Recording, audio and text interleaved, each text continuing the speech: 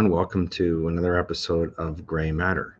Today is a show that I've been looking forward to for a while for a number of reasons.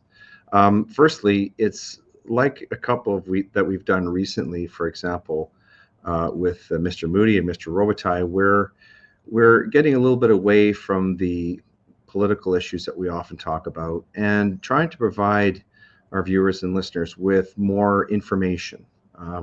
And today, what we have is someone who's going to give us a lot of very valuable information in the realm of family law. So that's something that I'm excited about.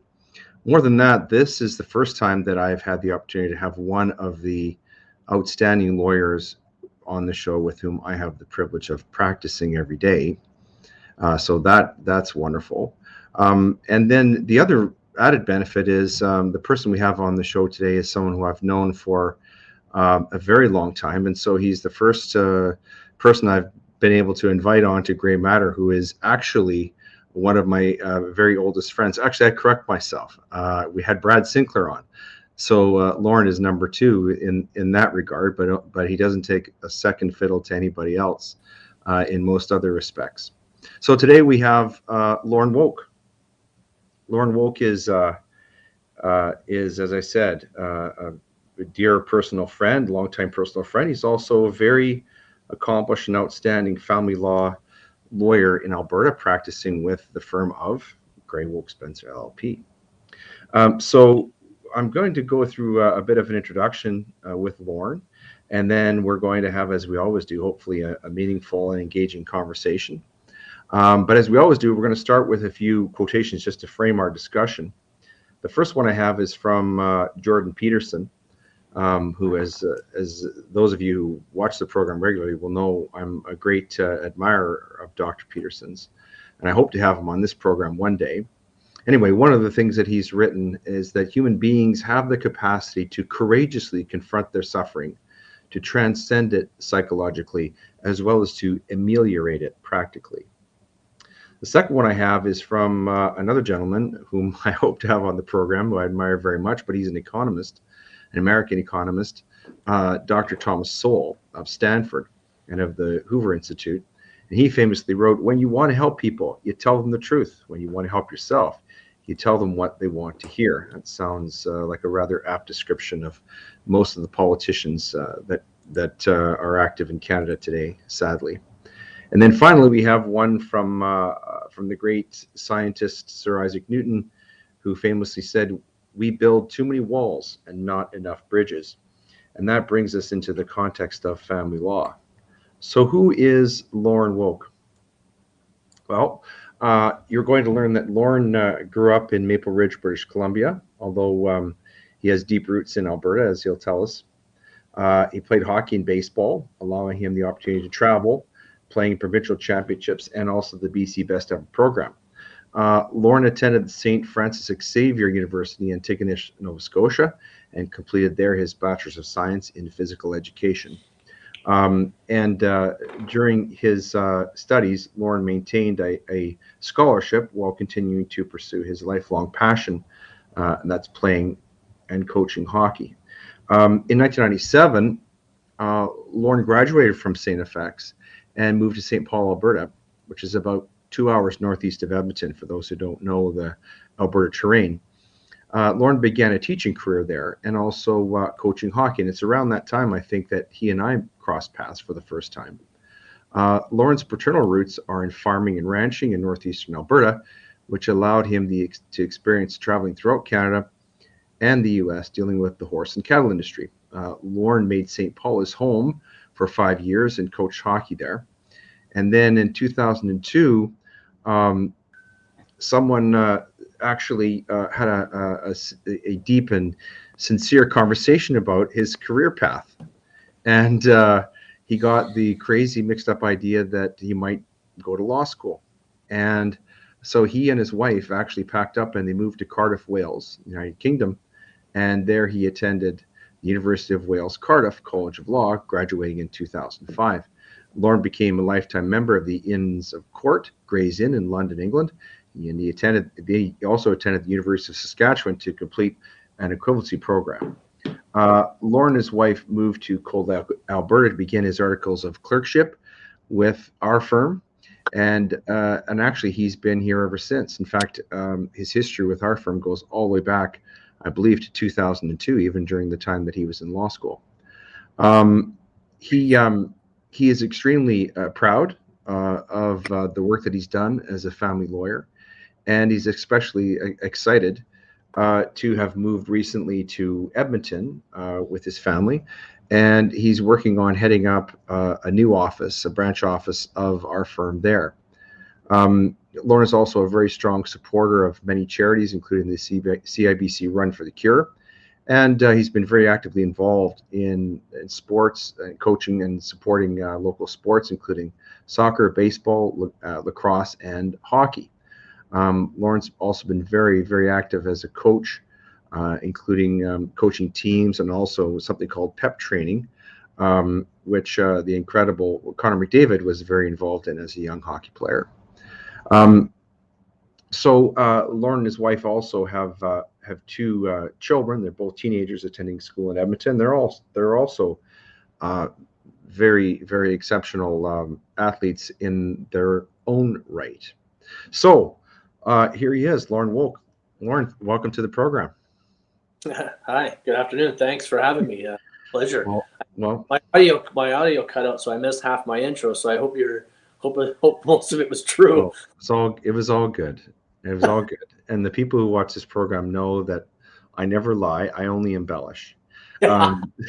So, Lawren, we got a little bit of your bio, and we're going to get into some very interesting topics in family law. I've tried to put my finger on some of the areas that I think people would be most interested in knowing about. Not only people who are involved right now in the court system, involved in a divorce or a family breakup or something of that nature, but just people who are curious and want to know more about what's happening in our courts, what's happening in family law. How are things such as the COVID-19 pandemic impacting families? So we're going to get into sort of those meatier topics. But before we do that, I gave a little brief sort of précis of your history. But what we like to do in this program is to allow our viewers to get to know the guest a little bit better. So I wonder if you wouldn't mind taking us way back to the beginnings of your history, wherever you'd like to start, and tell us a little bit more about yourself, what you were like as a kid, where you grew up, went to school, your family background, your involvement in hockey, and how you ended up in teaching and then in the law. Okay. Well, make sure you put the clock on because this could take a while. There's no clock here. That's the great part about it, right? I guess I'll preface my intro to myself as at most Wowk family and WOWK. Mm-hmm. Family, which means wolf, right, in Ukrainian? Do I have that right? Okay. Right. I've got Ukrainian heritage on my dad's side. My dad's a full blood, I guess, Ukrainian, and so we have a deep Ukrainian history in the family, and our last name does mean wolf. On my mom's side, it's Scottish, French, English, Welsh, sort of a mix, and sort of a mixed bag of the central part of England there. Do you have any relatives working on Wall Street? Because that would be really funny. The Wowk of Wall Street. Yeah, no, not that I know of. Only one Wowk came off the boat in 1898. That for my family. So there was one. The gentleman's name was Ivan. He had 3 wives because his first 2 died, and he went back to the Ukraine each time to find himself another wife. So there's 3 different women who were sort of the matriarchs of the Wowk lineage from Ivan, who came over. So on our side, I think my side is the youngest of the wives, or the latest of the wives. So there was Ivan, whose firstborn on my side was Michael, and then Joseph, and then my dad Lawrence, and myself. So my son's name is Ivan Michael Joseph. Mm-hmm. So took the first few names. So I would be 4th generation Canadian. Wow. Yeah. So I guess when people ask me where I'm from, I never really know how to answer it. I sort of try to answer it where I've lived the longest in terms of where I'm from. So now that's an Albertan. Uh, I was born though in a little town. So I have an older sister and a younger sister. We were all born in a little town called Kincardine, which is on the northeast tip of Lake Huron in Ontario. And my dad was a journeyman boilermaker then, traveling all around, and he met my mom out in Port Hawkesbury, Nova Scotia, while he was building water towers out there as a boilermaker. And I guess wagons west.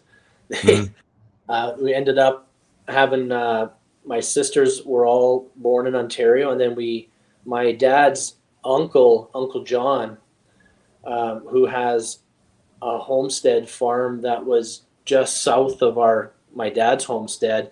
He was really sick with cancer, and my dad wanted to get back to the farm and the ranch, so he was going to buy Uncle John's farm. But by the time we packed everything up from Kincardine and got ourselves to Vegreville, Alberta, my Uncle John was in full remission, and my dad didn't have the heart to, carry out the transaction. So my dad ended up building houses in Vegreville for a couple of months, and then Strathcona Refinery offered him a job as the inspector for Imperial Oil, chief inspector. So he took that job, and then a couple of years later, 1982, in November, we moved to a smaller community. Well, not smaller than Vegreville, but smaller in terms of outside Vancouver. We moved to a place called Maple Ridge, British Columbia. And that's where I went to school from grade 2 to grade 12. So I graduated from Maple Ridge High School. And from there, I went to St. Avex. And on my summers, I came back to BC and helped build a golf course. One of the golf courses that was part of the filming of Happy Gilmore, which is always fun to tell people. I wasn't in the movie. We saw it getting shot there. We weren't allowed anywhere near the actors. So we just had to make sure the course looked pretty for them. Other than that, like my entire youth was either playing hockey or playing ball. By the time I was 11, hockey became a full-time thing. And my summers were spent, which is funny. It'd be unbelievable to say this now, but my dad had this old 1982 Sierra Classic GMC with a canopy on the back. And my hockey gear or ball gear would be in the back. And we would be, all summer, I'd be in the box of the truck changing out of hockey gear into ball gear and back into hockey gear for 3 months straight. That was my dad's life. Go to work, pick me up, and we'd be driving all over Lower Mainland between hockey rinks and ball fields, playing anywhere from all-star hockey to all-star baseball. It was quite busy. I really have no memory of my home life with my sisters. It was, I don't really remember being home very much. And summer vacations weren't much of vacations. We always went to the farm where we have, well, not we, my dad's brother's side. My uncle now just passed away, so his son Miles and his children now have that farm and ranch operation out there. So that's about, there's a couple of sections there, about 600 head of cattle and a couple hundred head of horses. Normally, it depends because it's big business, so animals are coming and going all the time. But I spent all of my summer holidays and winter holidays when I wasn't playing sports at the farm, learning how to train animals, horses, going to horse shows and horse sales and rodeos.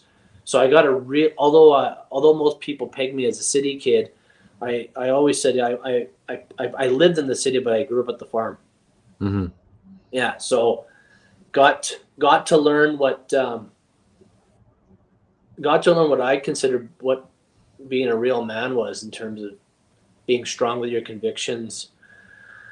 And it was always something that helped me when I met Judge Dimitrik, because Judge Dimitrik was a horseman. So he always, not that we had a like for each other, but we had a certain respect for each other. And Judge Dimitrik used to say that quite a bit when we were speaking to sentence on criminal clients who may have had some Western background to them. And Judge Demetrius would always comment that if a person knew that, it showed to him how strong someone could be to have to handle these animals that are anywhere from 1,500 pounds and up. So that just brought the toughness in you. And my dad, as you know, is a formidable physical figure, not big in stature, but just a big personality. And there was never any acceptance of being a sugar. When I was 8 years old, he called me a runt. He said, because you're a runt, you better be the toughest goddamn runt out there. And from that point forward, he brought home the 1972 USSR Soviet Army training book that was translated from Czech, Russian to Czech, Czech to English. My dad had the English copy, and my homework was to read it and start training. So my mom would come home and find me hanging from doorways and stuff like that, suspended in the air, trying to see how long I could stay suspended. And it was all about just being bigger, faster, stronger than everyone else, and that was it. Dad would get me and the hockey guys together every summer, and he literally put the boots to us. Once we got fast enough, he would get on a bike and chase us because we could outrun him by that time. And he always got to make up for it, though, because we always ended every training session out in the field with a game of tackle football. And we were still kids, and Dad was still a man. Mm-hmm. So how did you end up out at Antigonish and St. FX? Yeah, my older sister, who's 4 years older than I am, she went to St. Mary's University, ended up transferring to St. Vex, and my mom always wanted to have a bed and breakfast. So my dad my parents bought a home in Antigonish it was 77 Hawthorne Street. It was an old manor. I think it was nuns used to live there. It was 183 years old when we bought it. And that house had a lot of character. There wasn't a straight floor in it. But it was beautiful. It was pegged as a heritage home, so you couldn't buy it and destroy it and rebuild it. So my mom made it into a bed and breakfast. So she ran a bed and breakfast there during the summers, and come fall, my mom would get on back to so my dad my parents moved back from Maple Ridge to Edmonton because the Ioko refinery in Vancouver shut down, and my dad relocated back to Edmonton. So when my mom ran the bed and breakfasts during the summer, come fall time when university would start, my mom would go back to Edmonton, and then there was the house sitting there. So I thought, if I was going to go to university in Canada, I might as well go to a place that was obviously convenient. Why stay in dorms when I could stay in a house? So for 4 years, I ran a student board there for me and 3 other kids for my mom. So my mom would go back and live with my dad for the academic season. She'd come back in the late spring. I'd go home to work, and she'd come run that bed and breakfast. But in her absence, I would run it as a student boarding place. But it was perfect. It was a perfectly convenient thing for me as a kid. I didn't have to live in residencies. I didn't have to live with a bunch of goofballs partying. I was the master of my own domain, and we had rules set in place, and it was a great spot for me to be in. Antigonish is a beautiful little town, gorgeous little campus, walking distance. I didn't need a car. The hockey team I played for provided me transportation. So it was just it was a lot of fun. A lot of fun. And I ended up going to St. FX because my dreams of my hockey career ended the year before that. So I had all of my eggs in one basket of hockey, and I ended up in that BC Best Ever program. We were in Soyuz for the final tournament, and I came across the red line, took a bad pass, knew I was going to get hit, but I got hit a lot harder than I thought I would, and blew my shoulder out. And that was the 3rd shoulder injury I'd received. So they had to send me packing. Rehabbed my shoulder, and that following year when I graduated, I didn't want to give up on my dream of playing NHL hockey. So I told my parents I was going to take a year off, not go right to college. The Northern Michigan was trying to capture me as one of their scholarship opportunities back when scholarships were a little bit more frequent for Canadians. So I took a year off, did some college courses to keep my academics up. My dad wouldn't let me quit school for a year. I had to take some courses to keep myself in the education stream. And when I had tried out for a team called the Bellingham Ice Hawks. Had a fantastic camp, made the team, but the coach wanted me to play junior B for a couple of months because he thought I was hadn't played. It would be my first year as a junior player, and he wanted to see me play at a lower level, but the junior age. And of course, back then, as you know, Leighton junior B was a little bit rougher, a little bit more back. You had to keep your head up a little bit more. And unfortunately, by mid-October, I was having a great season. Then, word got out that I was going to hurt the other team on the board, so they decided to come after me, and I ended up getting my knee blown out. And I remember sitting there. I knew something was wrong. I was laying on the ice. The trainer was talking to me. He was, doing some pressure points on my leg. And I remember looking up in the stands because the 3 Northern Michigan scouts were there, and I watched them close up their books and walk out. It was the last time I ever heard or saw from them again. And it really destroyed me for, a year and a half. I was just angry at everything, angry at everybody, fighting quite a bit. So then I put an application into St. X to play hockey and go to school, and that's how I ended up in St. X. It was just it wasn't a plan; it was a backup. What attracted you to teaching? You ended up teaching school in St. Paul for a while. How did you get into teaching? Well, after hockey, so I was still a quality player, but given my size, I wasn't the same player that I needed to be. So I had talked to my dad, and we were looking at locking in a land deal that was just north of my dad's homestead area where my dad grew up. So we were in negotiations for land purchases to sort of grow the ranch. We had a 5-year plan designed on it. And I had thought that being a school teacher would be a great way to work, have disposable income, and still commit hours on the land and make a go of it. Just because of, if you look at the calendar for a teacher, if you plan well, you can really alleviate a lot of extra headache work, that you can really become very efficient at the job. And especially at that time, computers were becoming more and more a staple of business work. So I thought being a teacher would be sort of a great supplement to my bigger issue of, becoming a landowner and growing the size of the family ranch and farm.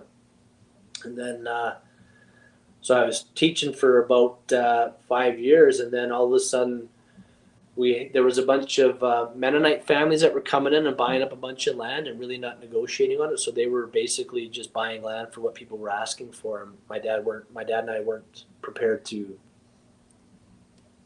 pay too much, if you know what I mean.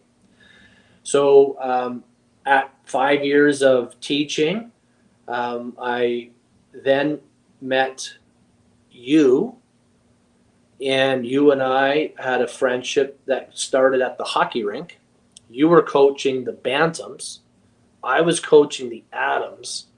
So you and I, although we weren't on the ice at the same time, we were at the rink at similar times. So you and I and then you and I played against each other in that commercial league out there. Mm. So we ran into each other a few times there. You and I started hanging out, started golfing, and you ended up getting me on that senior team. Mm-hmm. So we played senior for a couple of years together, and then one night, one night after a couple glasses of water, I guess, the next morning, you and I were on the computer filling out law school applications. So you said, "Hey, what about law?" And my response is, "What about it?" Well, I think history has borne out my judgment that you would turn out to be a pretty decent lawyer. But that's not the end of the story. You ended up living over in Britain for parts of 3 years, right? That must have been a real adventure. Yeah. So how that worked out was I didn't realize. So when I was filling out the law school applications, they all have deadlines to meet, and the only deadline I got my application in time was University of Saskatchewan. And I just made it on their timeline. So I actually got a call from their law school department. They said, "Look, you're on. We'll get you in, but we had already filled up our numbers, so we don't have room for you. But you're on the list if someone jumps out, because in Canada most people don't pick a school; they pick 10, and they get the offers. They take their favorite one. So they said if someone backs out, you can come in." So then about 3-4 weeks later, they say, "Yeah, no one's backed out. We've got to cap it, so you're out. But we'll keep your file for next year." And that's and I didn't know any of this. You would come up to me and says, "Well, why don't you go to Cardiff? There's a lot of Canadians who go to law school in Cardiff." And then you said, "And there's a pro hockey team out there." And I'm like, "Wow, I got a house, I got a job. Am I really going to do all that?" Went home, talked to my wife, and she was like, "Let's do it." So 2 months later, I was in Cardiff. Oh. And then you graduated there, and then you came back and started practice with these crazy guys. Yeah. And soon afterwards, you locked yourself into a partnership that exists to this day, right? Yeah, super fortunate. I mean, for every experience you have your ups and your downs. But when you practice law, or if you're comfortable with yourself, you have to really take a look at all of your experiences. It's like news. Is news good or is news bad? Well, you can tell it's just news. And if you don't accept it as just news, you're not really accepting what you should learn from it. And for me, when you first met me, I was overly hot-headed. I had a tough time controlling my temper. I still do today, but I mean, thinking back 20 years when we first met, 25 years now almost, I almost giggle at the person I used to be compared to what I am now. When you remember Damon Hemsel, when he found out I was going to the intensive advocacy program, he goes, "Intense? you don't need intensive training." The late great David Himsel. Yes. Yeah. Yeah. So, coming back, like, it was nice to know. It was refreshing to know that I didn't have to go out there like other students and fight for a job somewhere. Like I had job security. You and Mr. Monday offered me a spot, and you guys worked with me for all of my warts then, and you guys stuck it out with me. I stuck it out with you, and I think it's paid us all back very well. Not just a quarter century relationship, but it's been 18 years now. I think I've been working with you. That's, I mean, most marriages I deal with now don't last 18 years. Well, it's longer than that if you count, the summer apprenticeship program that you did with us while you were in law school. It's even longer than that. But Judge Johnson's comment that is, you're still a student. Well, let's get into the guts of some of these topics that I think people are going to be fascinated to learn about, and in which you become over time something of an expert. What first of all, can you tell us what led you to become an expert or a specialist in family law? Because most people don't realize this, but apart from handling a contract for child welfare prosecutions, where you go and make applications to protect children of let's say broken families where children are in danger. You do that work, but apart from that, you spend all of your time dealing with matrimonial law type situations. So how is it that you became a specialist in that area, Lauren? Well, You're not allowed to blame me. okay, that I guess that is. No. How did I become? Why did I choose it? Well, I guess maybe it chose me. At that time, our firm was going into, so in St. Paul, the jurisdiction of St. Paul, there's family chambers that happens usually once every 2 weeks. So our chambers dates in St. Paul, before they had a capping number, used to be just massive numbers. So in Edmonton, Calgary, Red Deer, they have family court every day, provincially and Court of Queen's Bench. But in St. Paul, there's no residential justice there, so you don't have access to a QB justice on a day-to-day basis. Which I mean, it's something you just get used to. So our firm, we would typically have, I mean, my goodness, as a law student and then a student at law, I don't know if I ever went to a morning chambers with less than 20 files.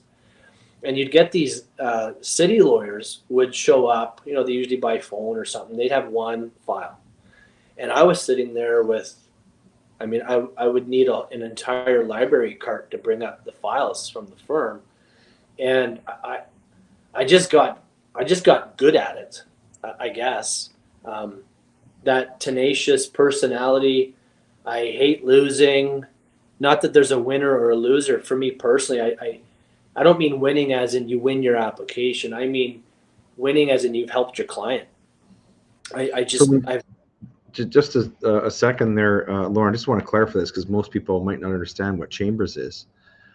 Chambers are court dates that are set aside for family law applications. So these would include things like custody and access to children, right? Child support, spousal support applications, emergency protection applications, things of that nature, right? And they're all sort of, and I think most people might be surprised to learn this if they don't already know, but these are lumped onto long docket lists of sometimes how many matters, 30, 40, 50 even sometimes, all on one day. And then the lawyers come to court and they try to work these files through the system. Is that kind of what chambers is, or yeah, you want to clarify that? Sure. So we call it morning chambers in St. Paul because they divide the Monday morning and the Monday afternoon into two halves. The first half is civil and family. The second half is arraignments, criminal, and for bail hearings and stuff. But for a morning chambers event, it's typically those first one or two appearances following a separation where parents can't agree on what the parenting time would be like, what support should be paid or not paid, child support or spousal support. There could be an exclusive possession application, or even a return of child back to the jurisdiction if someone did the proverbial midnight scoop and run. So the rules say 10 minutes aside. Some justices. So only 10 minutes to speak on behalf of your client? Correct. Wow, so you have to get, so back when I started this, you would see affidavits 30 pages long, and it just full of everything and the kitchen sink. And then, judges got a little bit wise on that and started reformatting the rules, and we're now limited with affidavits. It's shocking to still read affidavits that are very emotional. Judges just, and it's not, you hate to say that they don't care. They're just, morning chambers just isn't time to put all the nuts and bolts together. It's basically looking at an IKEA package. There's the package. It all fits in the box. You just don't have time to read the instructions and build your project. You have to, as a legal counsel, you have to be very succinct on what the legal issues are and what facts support those very brief legal issues. And you have to be able to do it in under 10 minutes because the other side's going to go for 10 minutes. And the court always usually lets the applicant speak last. Then, unfortunately, you have a judge who doesn't know anything other than what they've been told by the lawyers. And they're left to make a decision about where a child should spend their nights. So would the judge have any written materials or anything in advance to read?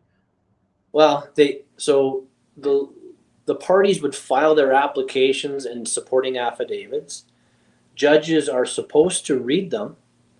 But going back these years, the largest docket I ever appeared at or chambers list was 100. It was 127 matters were on the docket. My goodness. And that's one judge hearing all those in one day. And get it done before 2 p.m. And that's trying to get a lunch break for your clerk and your judge. And so on that day, I can't remember which justice it was, but she called me agent of the day. I had 39 files that day. 39 files. 6 were criminal. The rest were all family. And none of them were mine. They were all yours or Todd's or Chris's. None of them were really mine because I was just a student at law, right? So it was, those were just unbearable days. I could not imagine a justice reading any of those materials because once you read past 15, would you remember the first one? And that's when judges would say, all right, counsel, look, we have 125, 127 docket here. You're supposed to have 10 minutes. You got 3. So now you're like, oh my God, I got it. So you're taking your 10-minute list and you're crunching it right up. I mean, is it justice? No, it's not real justice. It's, if you get lucky and the judge goes your way, it's a great day for your client. Most of the time, if you bring a reasonable application based on logical and sensible information, judges like that. Mm-hmm. They don't like it complicated. They don't like it convoluted. They don't like it. They just want it. Not that they need it easy, but I could not imagine sitting there being asked to make such an important decision with so little information. Now we have, there's 15 matters on the docket, 15 on the chambers list. That's it. So if you have one client that has a parenting application, a support application, and a disclosure application, that's 3 matters. It's not one matter and 3 parts to it. It's 3 applications. It takes up 3. So once you hit 15, you're just going further and further into the future of trying to get your client a date, right? So if we got retained on a file today, even if I were to draft the application today, I'm not looking at a chambers date until probably late June, July. So that's one of the things I wanted to ask you about that's really changed in the 15 or 20 years that you've been doing this, is now what you were just talking about, these heavy dockets, was going back to, say, the early part of your career. But now, instead of these heavy dockets, what we have is arguably a worse situation where, at least in the old days, you're in with a shout, you had your name on the list. Now what's happening is these urgent family court matters are actually getting shunted way down the line, and it's really preventing even any access to the courts. Is that kind of what's happening, or is that a fair description? That's a fair statement. I mean, I'm pretty sure I see this my own way. I bet you in private, most of the litigating lawyers in family law would probably agree with me in private. I just don't see a lot of people who are prepared to say how they really feel out loud, because you get branded pretty quick.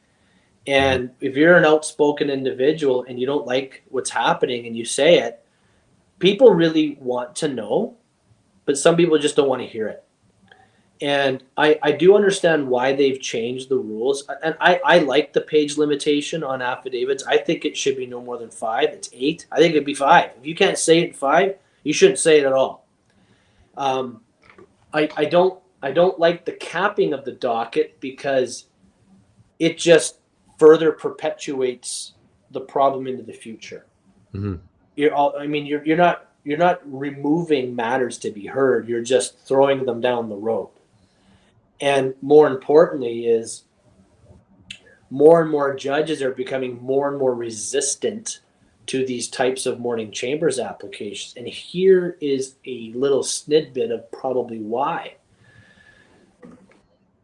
In order to get a support application before the court, you need to have what's called disclosure. It's the financial documents that show us what people earn for the last 3 years, the last 6 months, the last 3 pay stubs.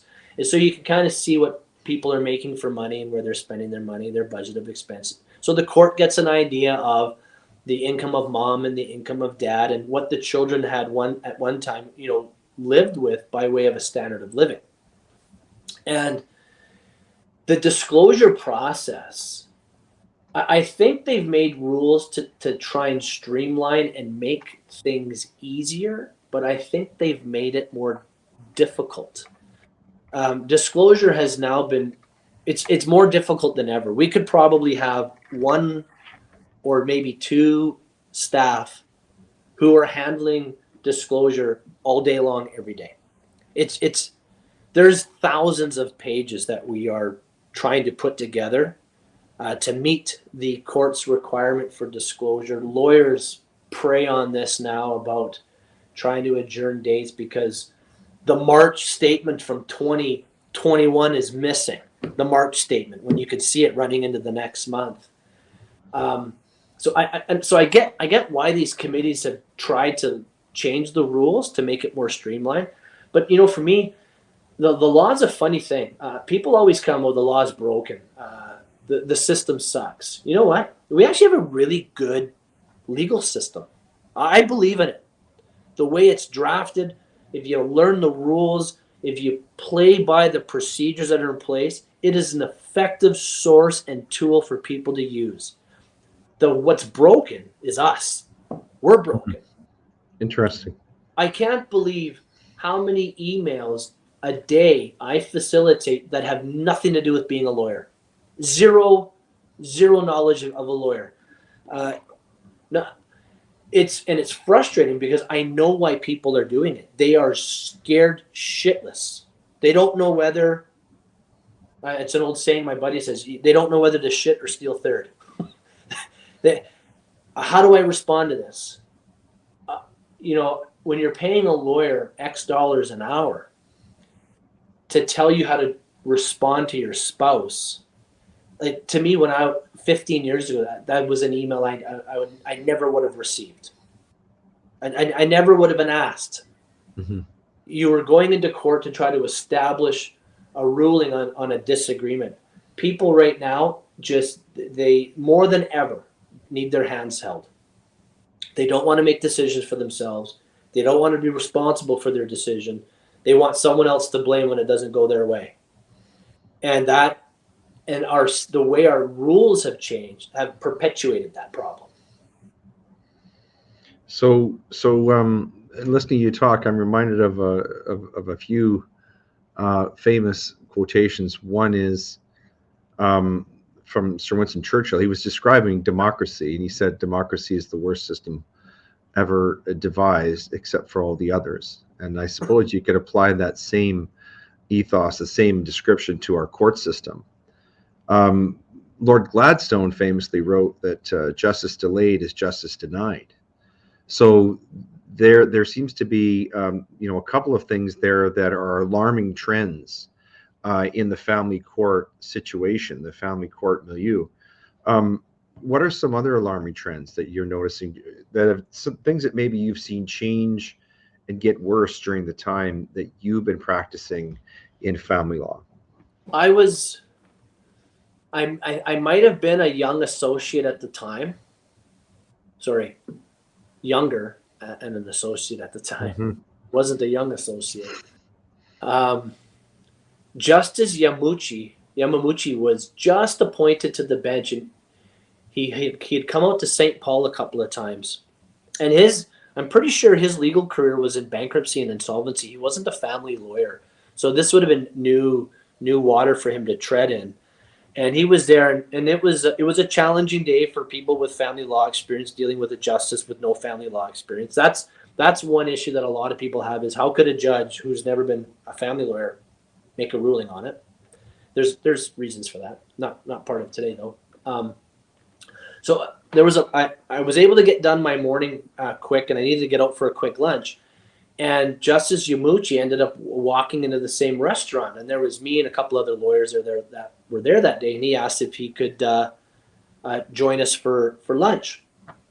So obviously we said yes, and this is what shocked me. I had thought all lawyers acted this way, the way that we did in St. Paul, because I'd never been in court anywhere else at this time. He said, Mr. Wowk, I am absolutely delighted, and I can't wait to be back in St. Paul. The bar in St. Paul, and I mean the family bar, that's the bar you pass to be a lawyer for anyone listening. Right. It's not the bar down the street. You weren't in the bar having a pop with the judge. Yeah. The I'll say it this way. The family lawyers in St. Paul are a delight to deal with. They are so cooperative. They are friendly, and not friendly as in they're making friendships with each other. We go in there, we do our job, and we leave because we're going to see them the next day. Right. COVID-19, and for all the blessings of WebEx and remote practicing and remote appearing in court, there are some efficiency issues that make it a wonderful tool. Mm-hmm. Absolutely wonderful tool. I mean, look at right now, you and I aren't in the same office, right? But I think it's deteriorated the camaraderie between at the bar. I think it's ruined the relationship between counsel, because people don't have to be on their best behavior sitting behind a keyboard or a video screen where they can turn off their video. They don't have to dress up for court. A judge can only see maybe their face. They don't have to see what they're wearing. Back when you had to appear in court, you had to be in court, and you had to be there 50 minutes before a judge walked through the door, or you had to explain yourself why you weren't. You had to be dressed in a very particular business fashion. And it's a lot more difficult to be a jerk while looking at the other lawyer and a judge all in the same room. So when you remove that, you remove the control in the environment. Mm-hmm. And for people like me, I do my best work in person. I mean, as much as remote working and video conferencing has allowed me to work more, it's created more animosity amongst lawyers, in my opinion. Mm-hmm. I find the legal profession at probably its worst that I've ever seen. One of the impacts of the COVID-19 pandemic, going back to March of 2020, I don't think many people realize this, although they should, that the courts were shut down for a period of time, weren't they? And then when they reopened, there was this big push towards technology and having virtual appearances, right? And now, even though a lot of the COVID restrictions have been removed in the general public, they've persisted in the courts. The courts are still basically locked down. It sounds as though that's going to change in the imminent future, but right now, our courts are still COVID zones. And so we've not returned to the concept of court being a place yet, have we? We're still in this WebEx world. So what you're talking about is really are some of the impacts, positive and negative, and I think you're doing it fairly, of what's happened in the aftermath of COVID-19. Is that a fair summary? I mean, the video conferencing, I mean, it's been around longer than COVID because of individuals who are being housed at remand centers, Mm-hmm. to save taxpayers, I would imagine millions of dollars a year just on fuel, transportation, insurance.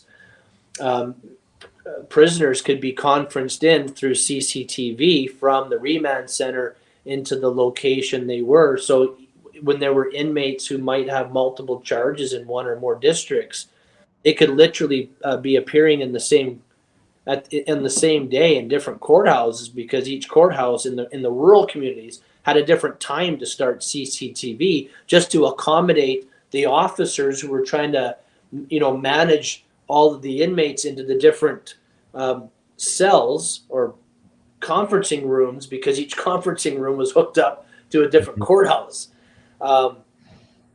So I mean, to have it move into lawyers appearing by way of video conference didn't shock me at all. I'm quite surprised it's taken so long to do it. But the problem is trials are a unique entity. I mean, if you're a trial lawyer and you're a good trial lawyer, there is no substitute for an in-person hearing. And I can't believe a judge would say otherwise. I can't believe a judge sitting in a trial in person versus video conferencing gets the same ability to weigh the evidence than if they were there watching the witness. Lawyers have trained lawyers for litigation have cues that they have learned over their experience, eye movement, the way people react physically to questions.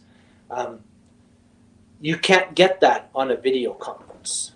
You can't walk up to a witness and show them a document. The whole personality changes when you can protect somebody through a video machine. This access to the courts, though, Lauren, it goes even. What you're saying is very true, but it goes even deeper than that, doesn't it? I mean, let me give you an example. You were talking about chambers before. Back in the days when I used to go to family court chambers, it was very common for the litigants to actually attend court and watch the lawyers. And this was often very, very, although it was frustrating for them at times, it was also very educational. And having the court as an open forum performed a very important function. I would think that now, even though we've, let's say, in one sense, in the aftermath of COVID-19, we've become more efficient, but in a real sense, the courts are no longer open to the public, are they? No, not in the sense that they once were. So, I typically did not like having my clients show up for morning chambers events, unless there was something I knew or could perceive occurring where I would need their physical attendance. And of course, back then the usage of mobile phones wasn't like it is today. And the reason why that was is some applications just didn't require your client's attendance. They're paying you to be there, and they have a job to do, so they go do their job while I'm doing my job. But you're right. It's their file, and they have the right to be there. And it was their choice to always be there. And some people need to see it. There are some people out there who will say, I don't care what you say, I just needed to hear it from a judge. And that's been robbed of them for a couple of years now. Now, that being said, children's service matters. Hearings were reintroduced in person quicker than any other family area. Most judges were allowing us to appear personally on child welfare matters. Now, the courtroom was all set up with plexiglass and stuff, which was an absolute nightmare. Talking through a mask and hiding behind a protective plexiglass. While I understand why they were doing it, it's sometimes you couldn't even hear. Like everything was muffled. I can't imagine what the recording would have sounded like either. But yeah, there were people who were served with EPOs, So an EPO would be granted at first instance ex parte, which means without a person being served with it. So that's an emergency protection order, restraining order type of application where somebody's in physical danger. Is that what an Right. EPO is? Yeah. There's an allegation of family violence. Typically the police are called, but maybe not enough to get the police to lay a charge, and then there's release conditions or a promise to appear. So the police at one time used to facilitate an EPO through a dial-a-judge, where they would fax in an application form on behalf of a complainant. It would go to a JP, a Justice of the Peace in Edmonton. The police officer and or the complainant would be there to speak to him or her, and then a decision would be made. If the emergency protection order was granted, and that means the individual, the JP, was satisfied that the definition of family violence was met. It's a very low threshold at that point. Within 9 days, it has to be reviewed by a Court of Queen's Bench justice. So inside the 9th day, it needed to be on that for review. And a QB justice would have a copy of the EPO application, the order, and the transcripts. And the justice in Court of Queen's Bench would review it for any error in fact or any error in law. Now, when the court was officially closed, no one could get in except for clerks and I guess the judges who were doing their own private chambers work. There were people who were showing up at the courthouse who had just been served with EPOs, trying to get into the courthouse to respond. This thing tells me to be here today, and the sheriffs at the courthouses weren't allowing these people in, and these EPOs were being extended in their absence without having the ability to even go into the courtroom because the video conferencing hadn't yet been set up, or they weren't served in enough time to call the clerks and say, how do I appear? So there's, I have no experience in the criminal department, but one of our partners, Mr. Spencer, told me that someone had called in one time. It was in the middle of winter, and because of the poor cell service where this gentleman was living, he was sitting on his roof on the phone in -30 bad weather for 4 hours waiting to get his matter heard in court. No. I mean, so in the Children's Service Department, we were still able to attend trials in person. The parties sometimes, they were usually kept outside the courtroom until they were brought in individually. Now family trials are being back in person in some locations. I have 2 trials this week. I've had calls with the judge, and by agreement, everyone's going by way of WebEx instead of in person, right? I mean, if you're in Edmonton and do you want to drive all the way to Vermilion? If there's a WebEx option, most lawyers want to go. They like the WebEx because it's convenient, right? Mm-hmm. So it sounds as though there may be some good news on the horizon in terms of post-COVID-19 access to courts.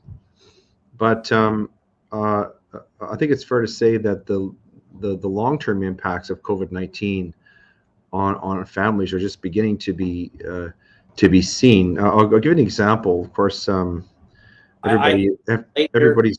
Yeah, go ahead. You're right. I don't. It's sort of the same with anything else.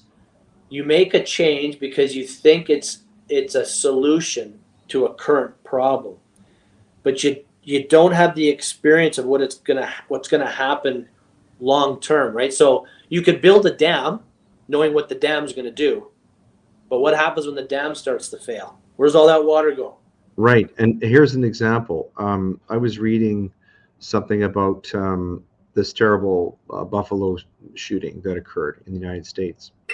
And this is a young man, very young man. He's only 18 years of age. And he left behind a 180-page document that he wrote that he called a manifesto. In that document, he said that he became radicalized during COVID-19 lockdowns because he couldn't do the things that he normally did. He couldn't engage with friends and things of that nature. And so he spent basically 2 years on the internet.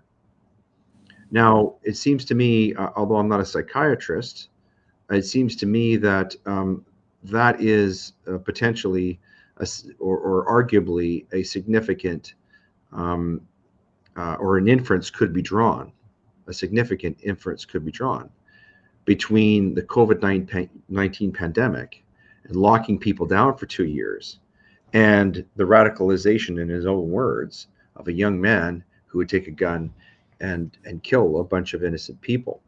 So applying this, the COVID-19 lockdowns and non-pharmaceutical interventions and shutting down society, what have you noticed in terms of impacts in terms of family law, in terms of the number of clients you're seeing, marital breakdown, breakups, things like that? Are you seeing that that this has been a harmful thing for families and marriages, or are you seeing something else?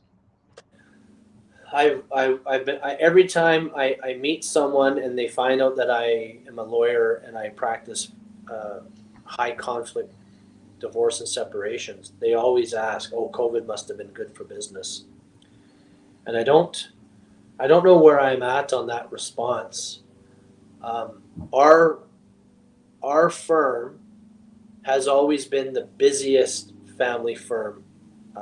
I think by a long shot. We have every lawyer in our office practices family law, and I dedicate all of my days to family law. I don't think there's another firm in North-eastern Alberta that has the same equivalent number of people working in the department that we have. And also in Calgary, when we have 2 family law lawyers in Calgary now as well. No, exactly. And I mean, Calgary's a much bigger pool. There are boutiques of family lawyers. It's just rare in a rural small city that you would have one lawyer that's dedicated to just that practice. But it's so busy that we all have to do it. So our firm has always seen the benefit of having the most amount of work in this area, despite how unfortunate it is, just because we're able to keep up with it. Mm-hmm. Many other lawyers just they don't have, not the capacity in terms of they can't do it intellectually. I mean capacity, there's just not enough of them. They don't have enough support staff to actually handle more work, whereas we can. So did COVID-19 create more separations and divorces? I don't think so. I think what COVID did is it may have expedited it. When people are locked in their house and they can't go out, they can't even bring people over, their kids can't do sports, or they can't go watch their kids play sports. I can't believe there isn't more. I can't believe the news wasn't worse than what it was. I can't believe there wasn't more problems with domestic. But certainly it added a new element of stress, severe stress to, strained relationships, for example, right? Well, I mean, what are the reasons why people separate, right? I mean, one of them is money. They can't make the bills, get back to work. What about the kids? And you just can't manage all of your stressors responsibly. And then you have COVID. Oh, now let's all stay home. You can't even go outside. So yeah, I could imagine that these were just more and more straws that are leading to the camel's back breaking, and maybe just broke it quicker. The biggest problem I had was, here comes COVID. You can't come into court on a separation unless you met the emergency protocol. And the case law coming out of Ontario, it actually pissed me off. I mean, all lawyers have their reputations about, you win, you lose, this lawyer's this lawyer's that. I get it. People, how someone's file ended up is going to be their reflection of their lawyer and the lawyer on the other side, right? I always joke, not a joke though, every hockey rink I go into, or lacrosse pitch or soccer field or swimming pool I attend to, if someone's separated, chances are I'm on one side of the file. So someone someone wants to shake my hand, the other one wants to punch me in the back of the head. But the biggest concern I had is when, and I'm not going to point the finger at lawyers, but we started seeing a number of judgments coming out where a parent who wasn't pro-COVID in terms of just buying into the COVID idea that this was very dangerous, you needed to get your shots. If a parent wasn't subscribing to what the government was telling us to do in terms of our health mandate, judges were suspending or sometimes terminating access to a parent. So it's almost like a weaponization. Like, for example, you take something like vaccine mandates, which are so controversial right now in our country that neither the prime minister or his let's say his sub prime minister, Mr. Singh, can even attend one of their fundraisers because they're so vilified over vaccine mandates and travel restrictions. So something so controversial. It sounds as though this is being weaponized by parents in family court in order to gain an advantage in custody and access situations. Is that kind of what you're seeing? That's what I was seeing. They were coming out by the buckets, and my first experience with it, I was in St. Paul, and we have a called the Barristers Lounge, where it's a spot where lawyers have access to. We usually meet and congregate there and talk about files and stuff, and say our good mornings before heading up to court. And one of the lawyers came in there and was bragging that they were able to suspend a father's access because the mother was horrified that the dad wasn't agreeing to have the kids get vaccinated. And she successfully brought the application to terminate dad's access because he was considered a health threat to his children. And I kind of stood there in silence thinking, how could you even be happy about that? Yes, you were successful for your client. My question to that lawyer was, do you have children? And another lawyer who overheard it actually took all the wind out of my sail. Absolutely went up one side and down the other. How dare you? How? And it was pretty hot to listen to. Heated, I mean. It was very heated. And thankfully now we're seeing decisions again coming out of Ontario where judges aren't. I mean, at one time it was tough to find a judge who would say, I'm not worried about this. I mean, look, we closed down the courts. We were boxing people up into little plexi boxes, and we were wearing masks, and we had to wash our hands every 6 feet. I mean, unless you could spit 20 feet, most judges are 20, 30 feet from you in a courtroom, and they're up high. And I used to ask permission to have my mask off because, I mean, it just, it irritated my face. It was, they don't matter. I found it a distraction. And for me, I'm a people watcher. So when you're talking, I'm watching your lips move. And if I can't see your lips move, I don't know if I'm hearing you right. So my concern is if I feel that way, someone else must feel the same way. Is a judge understanding what I'm saying behind my mask? What about a witness? What about the other lawyer? And when and reading these cases, it was absolutely not scaring me, but I was absolutely horrified that to see them then coming out of Alberta, like out of Edmonton. And then I've come across a decision here that you've provided me, Leighton, this one out of the Ontario Superior Court. It's a bit of a ray of sunshine in a dark sky. Well, it may be that silver lining in a cloud. The The only thing that's a problem with it is the justice didn't actually have to rule on anything about the government or the policy or COVID, not at all. But that justice goes back to the heart of what has been a problem for the past 2 years of COVID. And that is, what is the role of the court? And it's actually a really nice read to see, because I'm going to put this in my, this is going to be a keeper for me now. It's sitting on my desk. It doesn't attack other justices. It's here as a reminder about what evidence is, how you take evidence, how it becomes credible, the weight the application of putting weight on evidence, that people should be allowed to ask a question or give an answer. And if you don't like it, it's just evidence. You shouldn't use it to prosecute someone. You shouldn't use it to push them to the side, that there's some villain in society, that they are a danger to their own children. I mean, this judge does a great job of going, what is judicial notice? You can't take judicial notice of COVID-19. It was completely inappropriate and contrary to the rule of law. That's not judicial notice. COVID-19 could not have been a judicial notice. Judicial notice is something that's unequivocally true. Mm-hmm.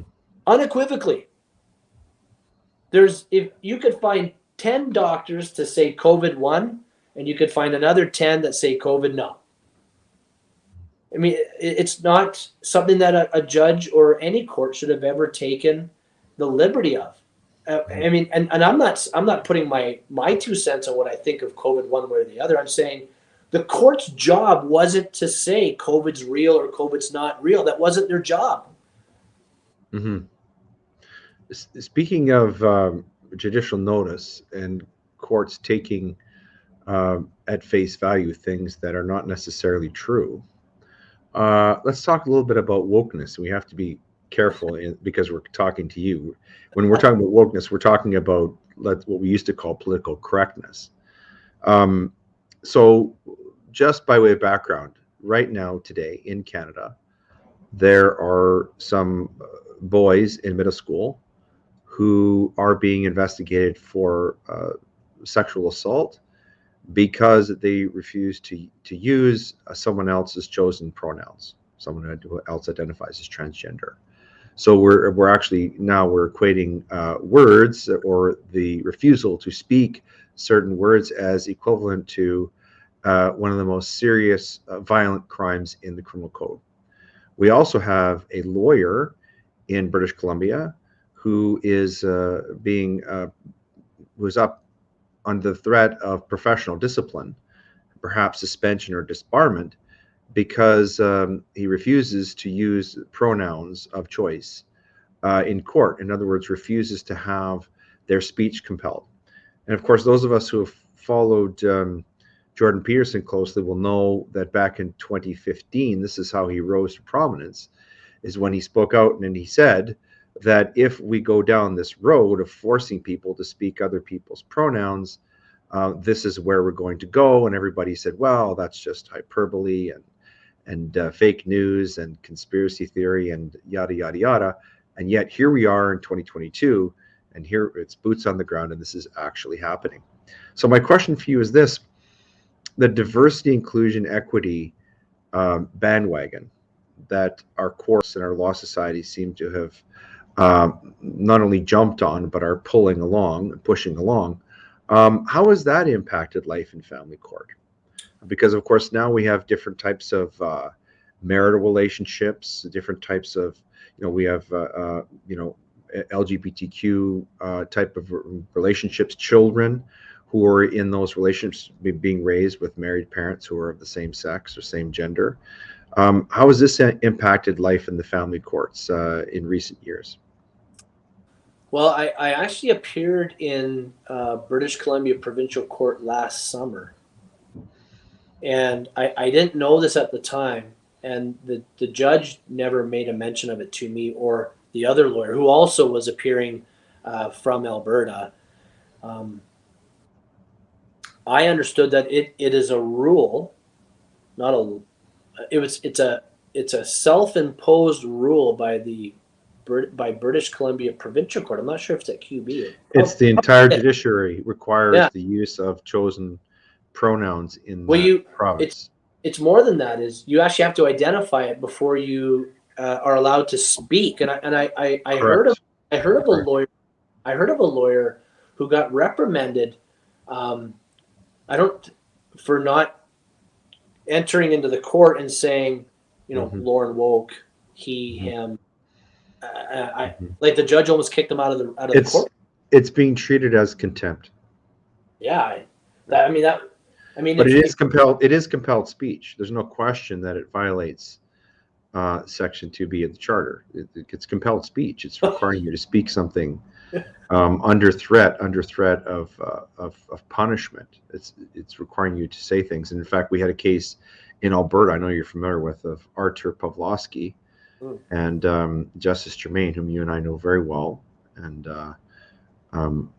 he's we've held him in high esteem, but he actually made, as part of a sentence, he compelled speech on behalf of Artur Pawlowski. That was not upheld on appeal. That was appealed successfully, but it is concerning. It is horrifying that that courts are compelling speech, or compelling people to say certain words, because that's not something that we have grown up understanding as part of Canadian life and Canadian law, especially, is it? No, and I remember reading that decision. I was dumbfounded that it was Justice Germain, because that didn't sound like the Justice Germain. I remember my first day in court, and Justice Germain taught me a couple of really good lessons that day, and it just didn't sound like the same man who spoke to me so well back then and throughout my legal career, to what I was reading in that decision. I mean, Justice Germain was a big part of my original grooming, because he used to be in St. Paul quite a bit, running morning chambers and bail reviews. I mean, he was extremely. Well, he's even presided over bar admission ceremonies for some of the lawyers in our office, right? I used to just love my appearances in front of him, because he wasn't afraid to tell you which way was north and which way was south. If you were offside, he wasn't just going to blow the whistle. He was going to give you the playbook. So, well, yeah, I mean, and it's interesting because it seems uncharacteristic with, and not to single him out, but it does seem inconsistent with the person that we knew, what he's saying now. And I guess it speaks to this infection I'm talking about of wokeness and how it's impacted the courts. It certainly impacted the judiciary, right? Would you agree with that? Yeah, you can. I mean, it's hard to say it, because it's more of a feeling you get. You can tell that there are justices who are on the side of this new political wave, and then the justices who aren't. You can equally tell them, but they don't say it. Right. And I get why. It's the same reason why, we have to walk down the street and be careful of what we say or what we text or what we put on I'm not even on Facebook, because it's a total joke. Right. You're going to hurt somebody's feelings, and you're not even saying anything that in my day would have been considered even impolite. You're just being honest. So as these considerations, wokeness, political correctness, diversity, inclusion, equity, has it impacted the way that cases are presented to courts now, or has it gone that far? I've not seen anything too wonky in terms of someone taking advantage of some new landscape of the diversity thing. I think it's bigger than that, and here's my take on it. We're supposed to be all equal, and I get that. And our code of professional conduct tells me that I have to treat all of my colleagues equally and fairly and with great respect. I must trust that they know their job and they do their job well and they advise their clients properly. They won't take advantage of another lawyer's mistake. You represent yourself properly in court. You only speak off of filed sworn evidence. It's not your own opinion. There's all these old convention and rules that it was pounded into me. That is my problem now, is you don't see that anymore. People get away with less integrity, less honesty, little to no respect. And I've got several of them in front of me right now. A lawyer wants me to respond to them because they must have some spare 5 minutes. So I'm here with you. I can't respond. And now they write an email straight to the justice. Do you remember what would have happened back in your day if that would have? That was something you could report a lawyer on. You're not allowed to talk to a justice directly without leave of the court. And here we're just emailing them. I can't believe it. I can't believe this is happening. And what do? So someone like me who gets angry and upset, I start spouting it off and I look like a lunatic, right? I'm the problem. I'm showcasing the very problem here. All I'm trying to do is manage and control the environment that used to have people's rights protected. Now, if you wanted to have a race with me, Leighton, let's get on the starter's block. However you get to the starting line is how you get there. If there was an easier path for you, great. If there was one for me that was more difficult, okay, we're still at the starting blocks. But we're still racing 100 yards. I don't start at the 50. The best of us should be getting into these types of vocations. But now you can get a gold medal based on your victimhood.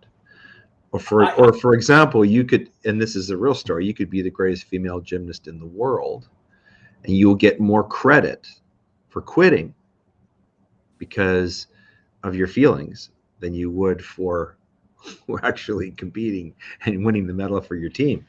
And that's kind of what we're talking about. And this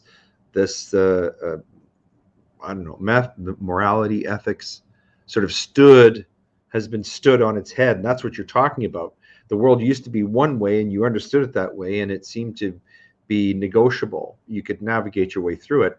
And now all of that has been turned on its head. Much like, for example, looking at our prime minister, who I pick on a lot because he deserves it. We used to be able to expect that the leader of our country, because he has the epithet right honorable, that we could expect him to behave accordingly. But he doesn't. And what you're saying is there seems to be a disintegration of ethics and rules across the board to the detriment of all, not only the lawyers, but of course it spills over into the acrimony, spills over into the job the judges are trying to do. And of course, justice doesn't get done because when people aren't behaving professionally and working together and collaborating and doing their jobs effectively, that's not helping the justice system do its job either, is it? No, so I've been going to court 18 years in total now. In 18 years, I've never walked out of morning chambers without an order. It's never happened, unless I was seeking an adjournment. And I'm not saying I've won everything. I'm saying typically I've been largely successful in morning chambers because for me, that first out of the gate is a very important decision. And most justices, they understand that they could really prevent a massive amount of money being spent in the litigation process if the judge spent some time and took the care in creating an order that could set these parties going forward for the indefinite future. And if they wanted to, you get your legal advice and move on forward if you need to. But my recent experience, I had a spousal support application that was adjourned to the next available date, which was January 17, 2023. There was an earlier one, but it was January 6th, and I'm on holidays.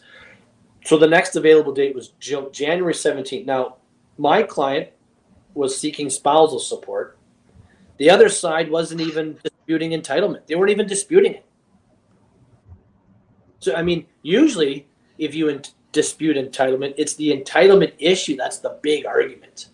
Right. Once there's entitlement, you look at incomes or some varied form of incomes. You run the spouse board advisory guideline. I mean, the Court of Appeal has handed the manuscript on how to do this, and this was the first time that I've had faced a judge sending me packing down the road, like nothing, got nothing on the interim, and my client was left with like, what do you mean nothing? What am I supposed to live on?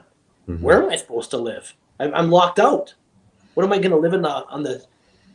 I mean, do we not know what winters in Alberta are like? Mm-hmm. And we're not going to sleep under a palm tree.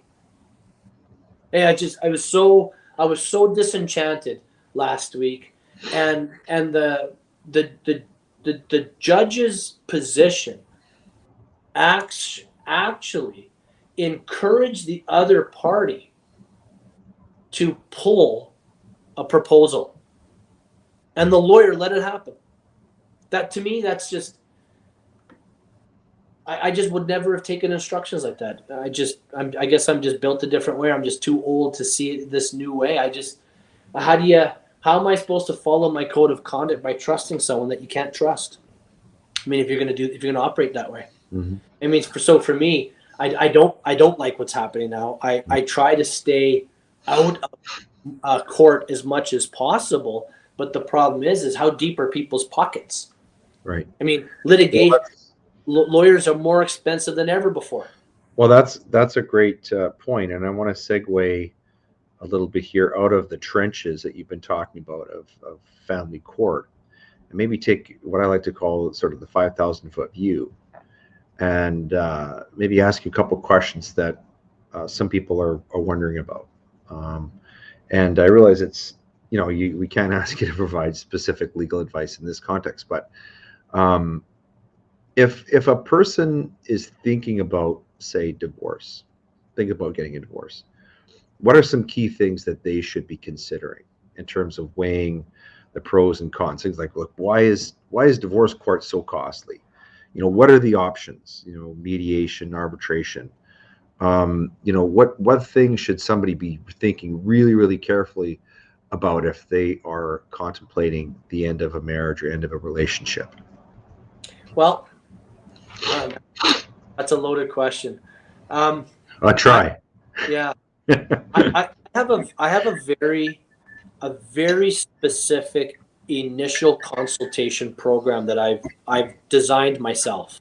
Mm-hmm. And I've designed it by watching the senior lawyers who trained me go through these things.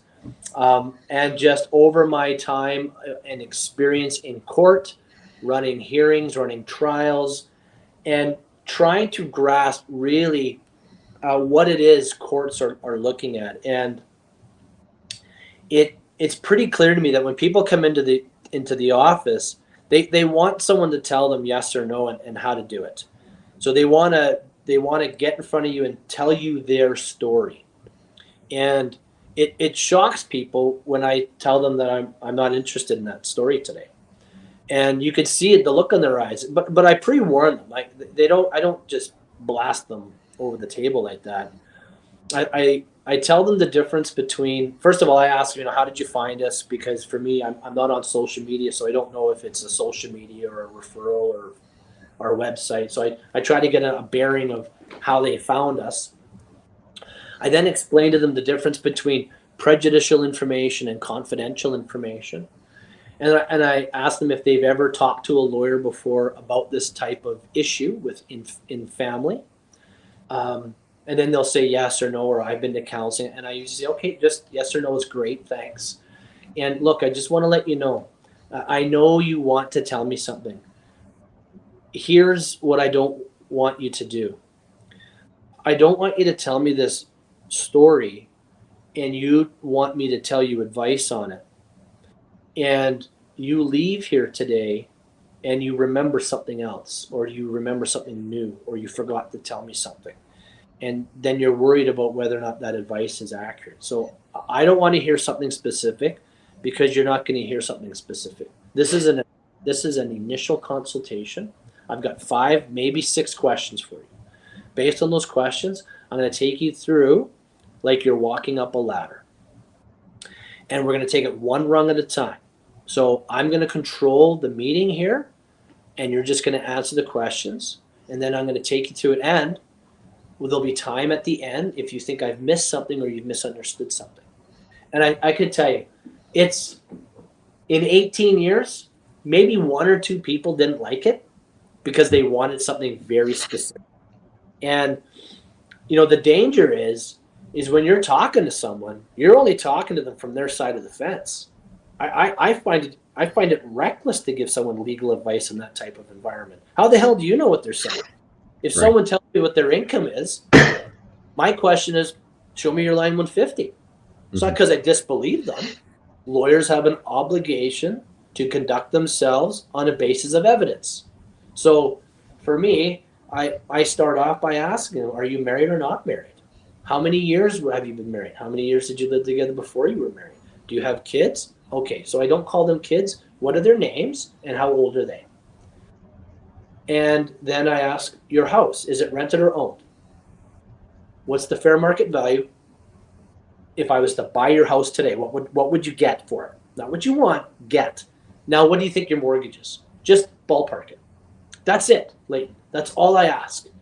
And you could see people, they physically relax. They just, and look see what I'm wearing? This is what I wear to most meetings with my clients. So I'm not some 3-piece lawyer sitting on a chair that's 6 feet above them. I talk to them like I'm talking to you right now, like it's someone on the street. I just have, and look, man, I'm a blue collar guy. I come from ranching, farming background. I just have a law degree.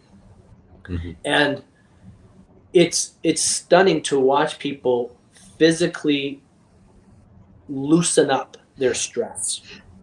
Do you find that they're sometimes shocked to learn, what the impact of breaking up a family and by a divorce is, in terms of, the financial reality, the destruction that it has, like for the kids' lives? When you start talking about, for example, split parenting, only seeing your children every second weekend, the things of that nature. Do you find that they're sort of, this is an awakening for them when they actually look at what this will look like post marriage?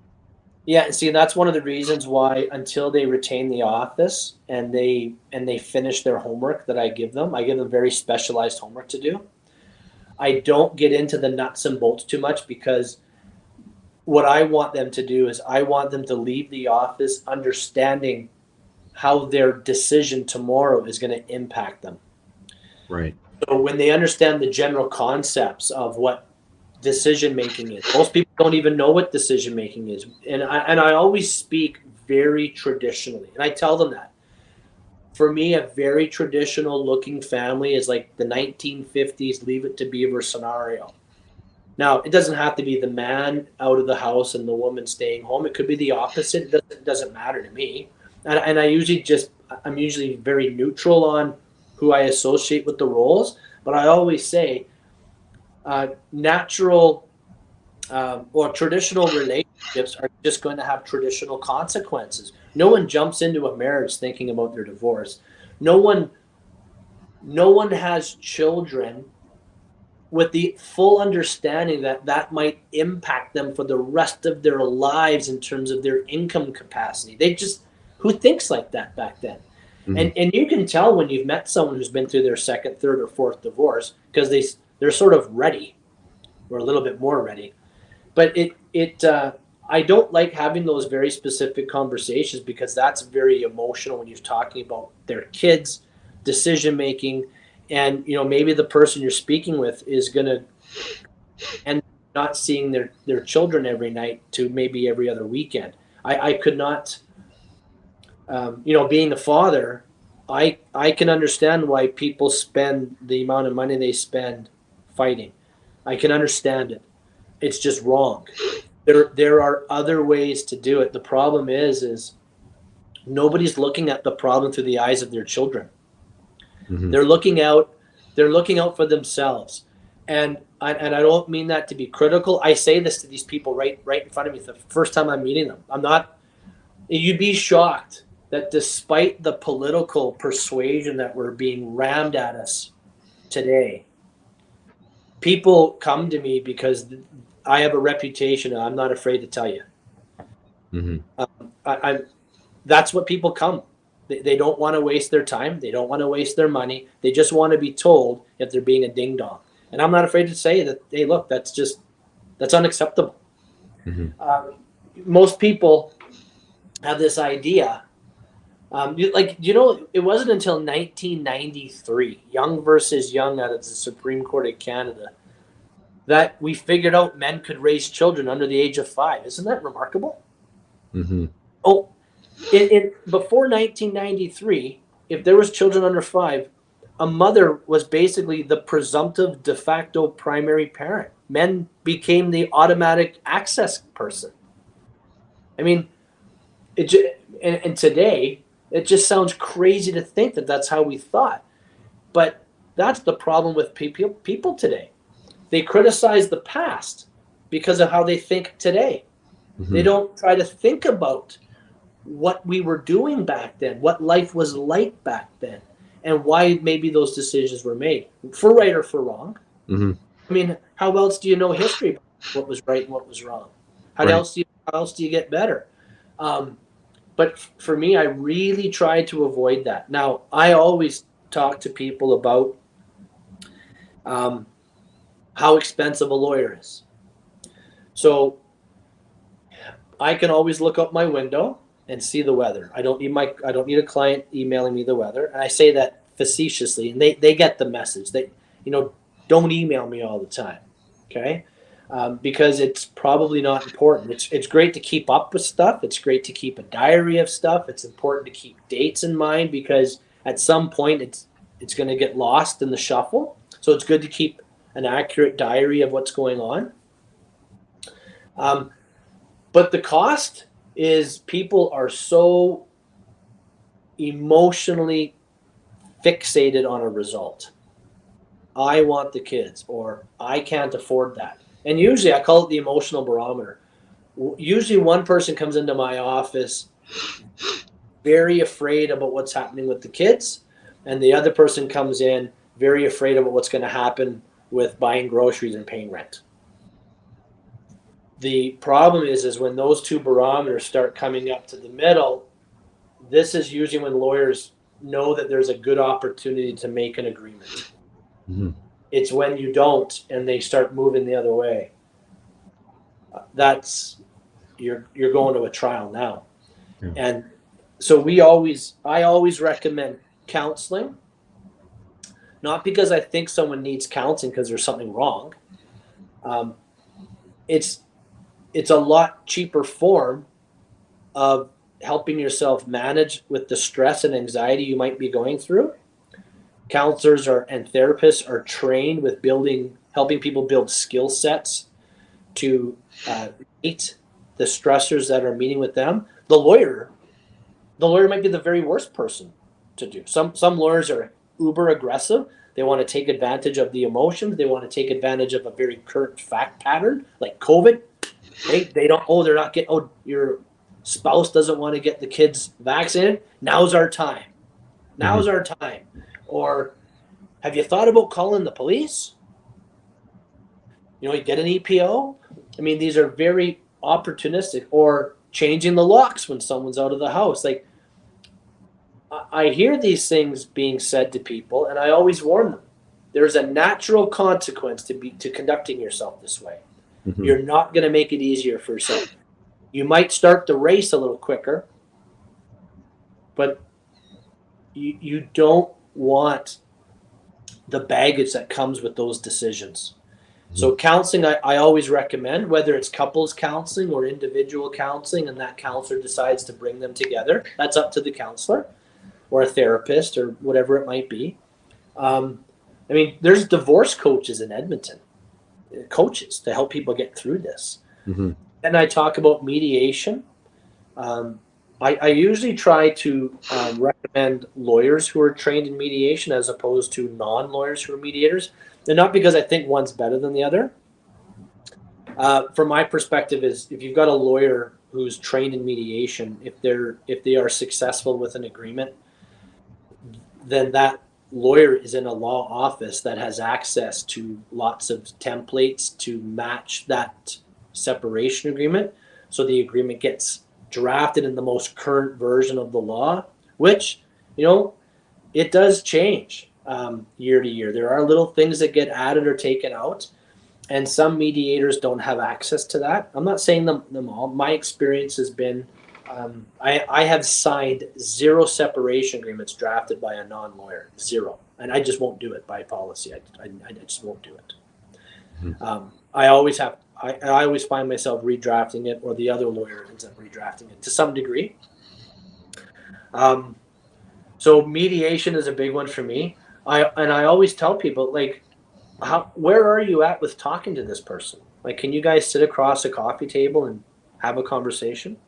If not, can you email or can you text? Like, where's the starting point for you? Because surely you're not hiring a lawyer to manage your life, every decision between now and whenever you get divorced. So why does it cost a lot of money? Because people right now are too afraid to make decisions for themselves. They don't do it. They're afraid. And right now, I can't believe how many text messages I have to read because they're attached in an affidavit, or someone who can't keep their personal life off Facebook, and you see all these little posts getting, you take a picture of it and you put it in your affidavit. I mean, it's really disheartening that's where we're at as a people. Like, it's a death of privacy. Well, yeah, I mean, the quickest divorce I did was in 2020, and we were done in like, it's got to be a record. I think it was like 2.5 months. I got my client, and it was done. And that was just because the parties weren't fighting. The other spouse trusted our office, and I mean, these parties are going to their kids' graduation. Most of the time I'm dealing with parents who aren't there yet. Well, Lauren, you've been very, very generous with your time and knowledge, and we're grateful for that. If people watching this want to find you, how would they do that? Obviously, your practice is in North-eastern Alberta, but do you also take cases in the Edmonton area? Yeah, my biggest problem is I can't say.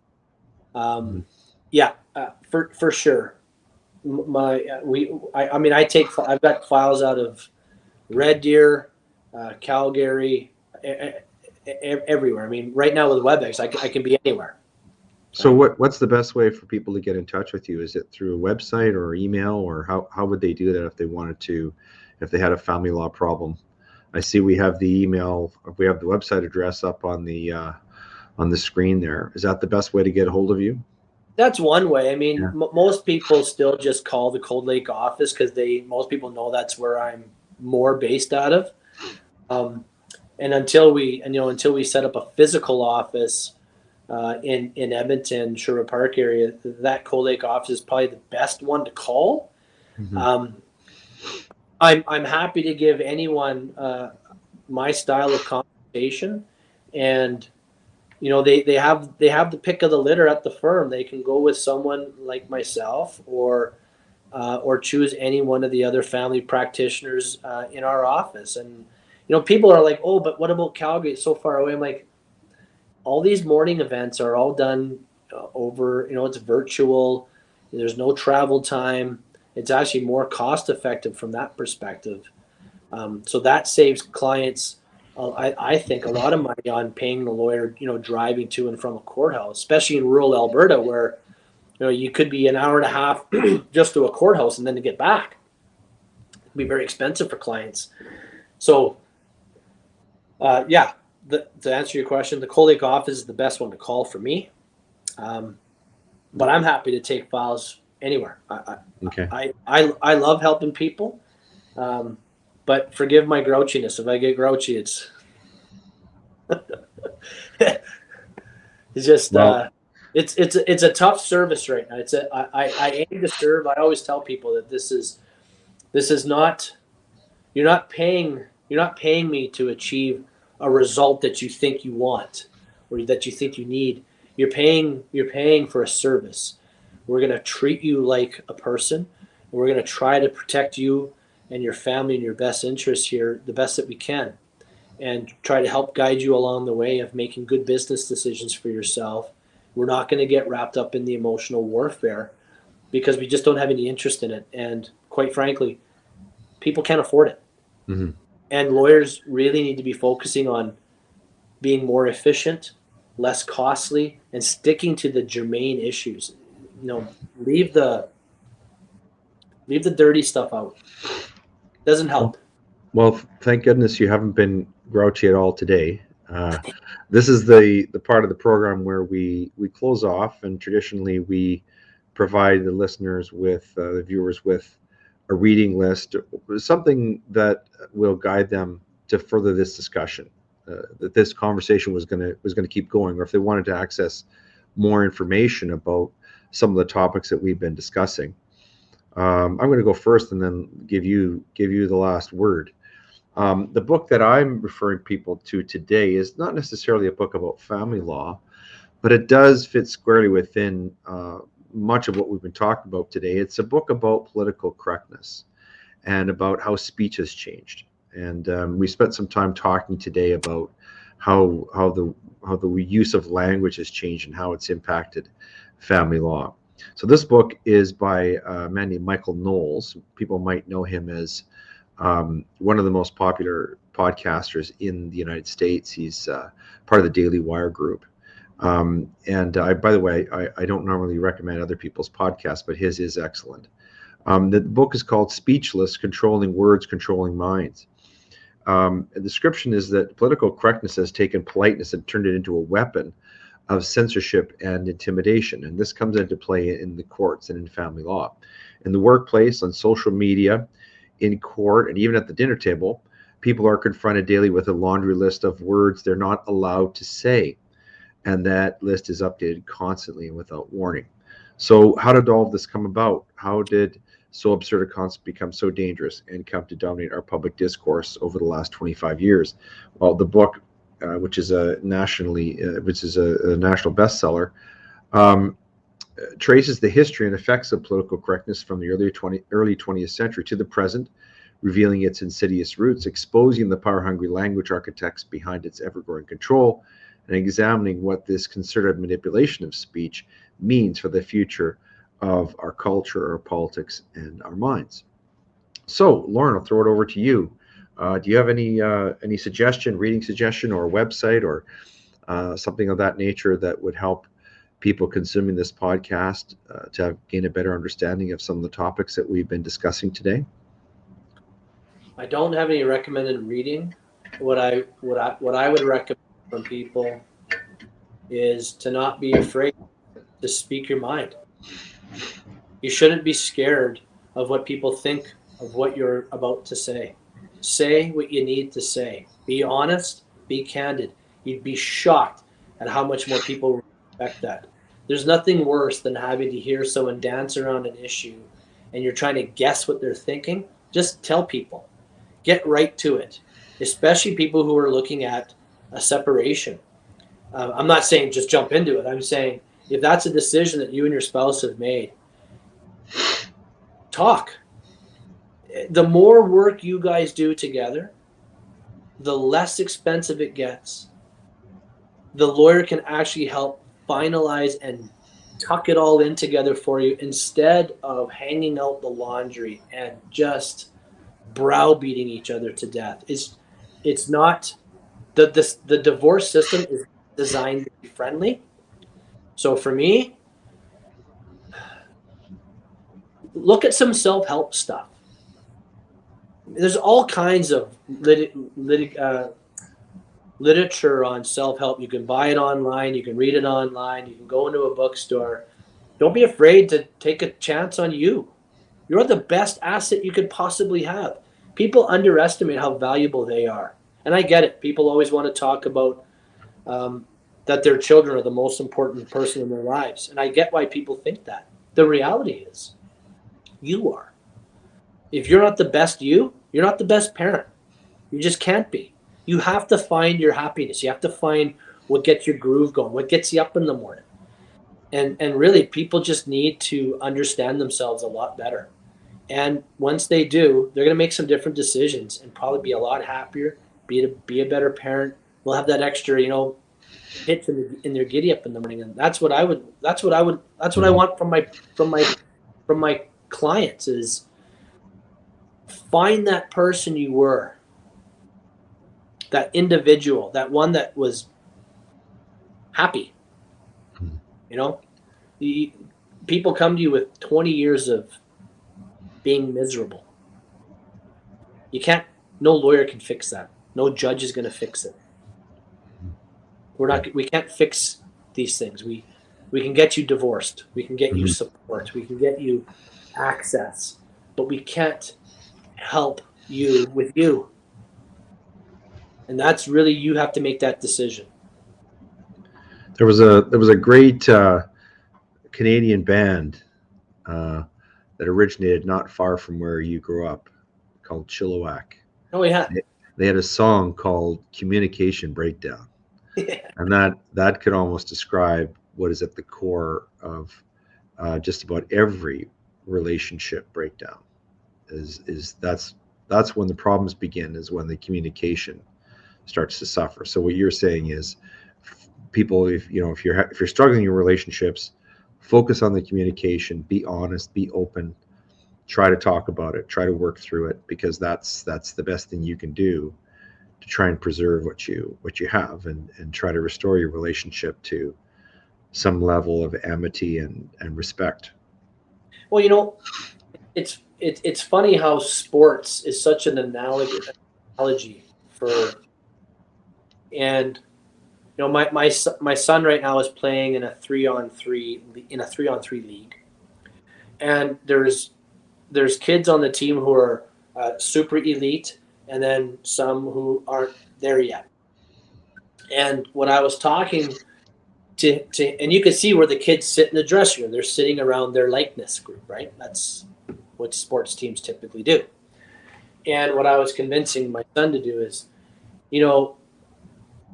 what do you think that individual regrets most about coming to the league? And, my son nailed it. He goes, well, he doesn't seem to be having any fun. I said, yeah, there's no league winner here. It's a fun league. It's supposed to be an offensive league, supposed to score a whole pile of goals. But imagine feeling left out, like you weren't part of the team.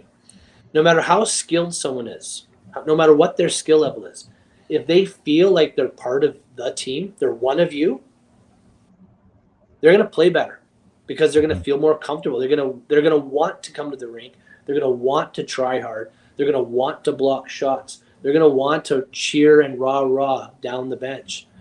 And as soon as the team made this adjustment about maybe the lower level kids feel a little bit more important, like they have a role on the team, these kids have been playing unbelievable hockey, probably the best hockey they've ever played. And it's just about feeling like you're part of the team.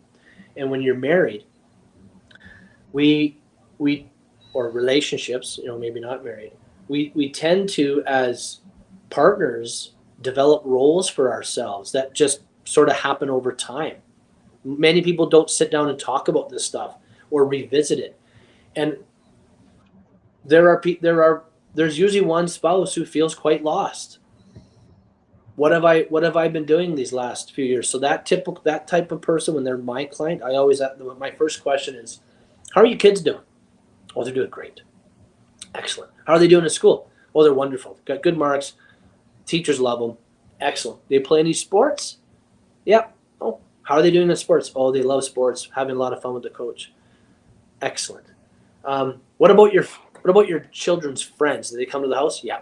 What are they like? Oh, I love them. They're such nice kids. Excellent. Says something about your children, doesn't it? Yeah. Good kids? Yeah. Well, how do you think they got that way?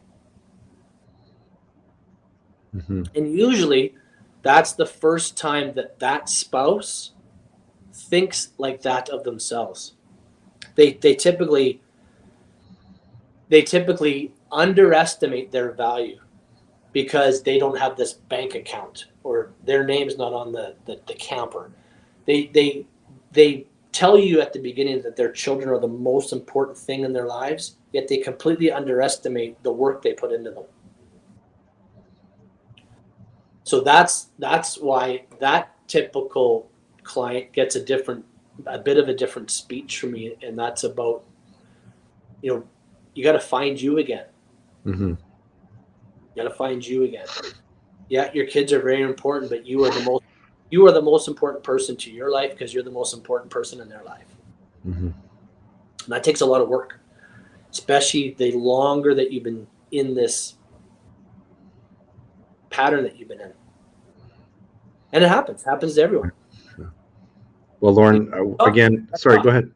No, it's just saying people gotta talk. They can't be afraid to say it. And many people don't want to have that's an uncomfortable discussion to tell your partner, I don't feel like I'm part of the team. I don't feel like I'm contributing anymore. That would be a terrible feeling. But I see it all the time at hockey rinks, ball diamonds, lacrosse pitches. You see it in our youth all the time. They don't perform their best when they don't feel like they're part of the team. Mm-hmm. That happens in relationships. Mm-hmm. And you have to identify it. You either grow together or you are going to grow apart. You got to put the work into it. It's a job, staying together. It's a job. Well, that is a great place to leave off our discussion. Again, that's the last word, and you had it, and you deserve it. And thanks again so much for being with us today. We're very grateful for you to have opened up your mind and shared your knowledge and your wisdom and your experience in this area of law that affects so many people. There might not be any other area of law that affects so many. And so I hope that the people who've listened in and have watched this have learned a great deal and have a better idea of what's going on in our courts, what they can do about it, what things they can do to alleviate problems in their relationships, and what the costs are, what the risks are of actually going to court and ending a marriage or ending a relationship or fighting over custody of children. So again, we're so grateful. Thank you so much for being with us here today on Gray Matter. Thanks for the invite. Happy to do it again sometime when I'm back on the schedule. We will. Thanks. Feedback, I guess. Thanks again. Yeah, thank you. Have a great day. Okay.